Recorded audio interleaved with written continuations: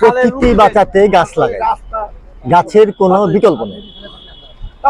এই স্লোগানটাকে ধারণ করে আমরা এবারে মানে global society for village welfare এর পক্ষ থেকে যে বৃক্ষরোপণ কর্মসূচির আয়োজনটা করেছি, সেটা আমরা মানে এবারের প্রকৃতির যে বিরূপ আচরণ সেটাকে মাথায় রেখে বৃক্ষরোপণকে আমরা একটু অগ্রাধিকার ভিত্তিতে চিন্তা করেছি। তো পৃথিবীর ফুসফুস হচ্ছে বন, বনের মূল উপাদান হচ্ছে গাছ।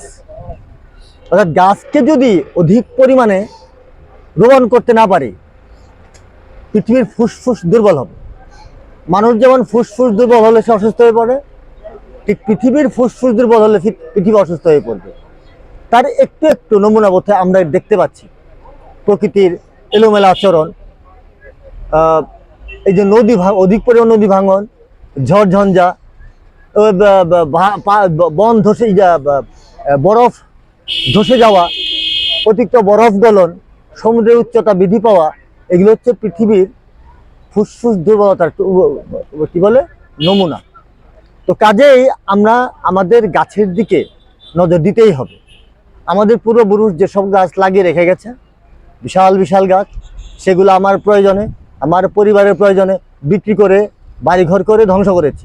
কিন্তু আমার পরবর্তী প্রজন্মের জন্য কি রেখেছি?